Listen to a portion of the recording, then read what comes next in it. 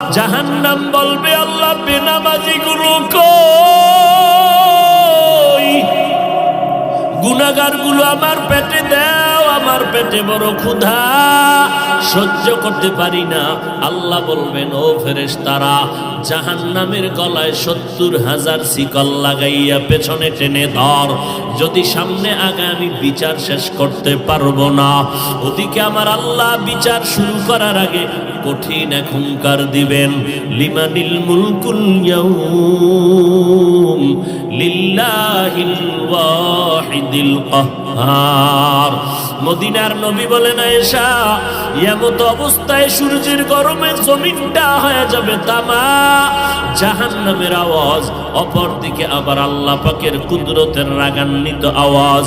এই অবস্থায় নবীরা পর্যন্ত গুনাহ নাই, তারাও নাফসি নাফসি বলে কান্না শুরু করবেন আর বলবেন আল্লাহ আমাকে বাঁচান।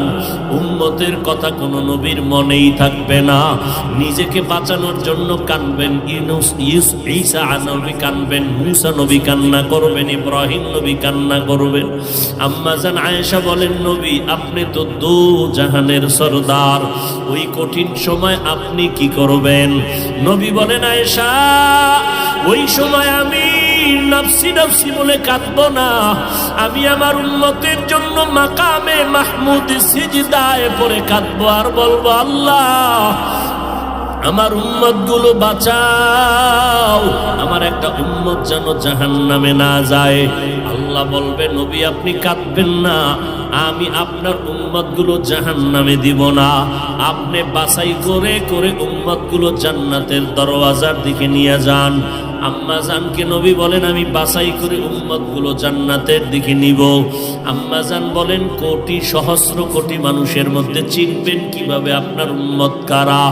নবী চোখের পানি ছেড়ে বলেন আয়েশা, ওই কঠিন মুসিবতের সময় হাজারো কোটি মানুষের ভেতরে আমার যারা খাস উম্মত, দুনিয়াতে 5 বেলা রুজু বানাইয়া নামাজের সেজদা দিয়েছে, হাসরের কঠিন সময় আমি দেখব ওই আশিকদের অজুর অঙ্গগুলো নূরের আলোতে ঝলমল করতে থাকবে।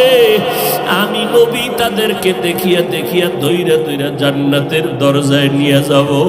আমি আমার উম্মতের জাহান্নামে রাইখা জান্নাতে ঢুকবো না।